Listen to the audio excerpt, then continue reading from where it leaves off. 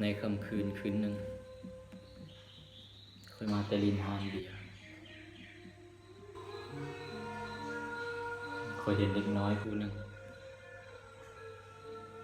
เสื้อนุ่งส้มถือธงมีแลนเข้าห้องพบพร้อมกับไข่2 หน่วยบอกว่ามันแม่นลูกไผ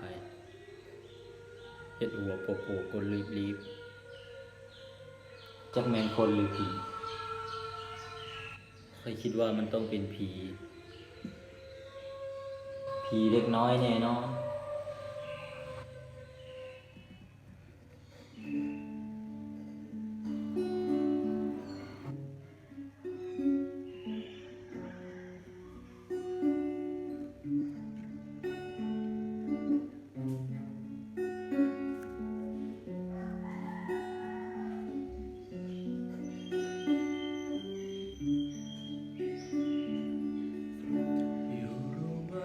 แสนยามเทียนไม่มีใครเห็นใจพวกเราอยู่อย่างคนที่ไรอยากทำมิตรเราเลยไม่คิดจะรักใครโดยไม่มีใครเข้าใจเราชอบมองเราในแง่ไม่ดี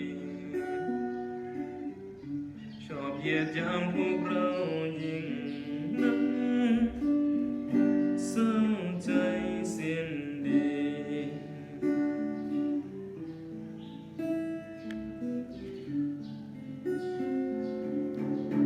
หลงรักสาวสักคนเขาไม่สนใจเราชีวิตจำต้องเศร้าเพราะเราเป็นผีโรงเย็น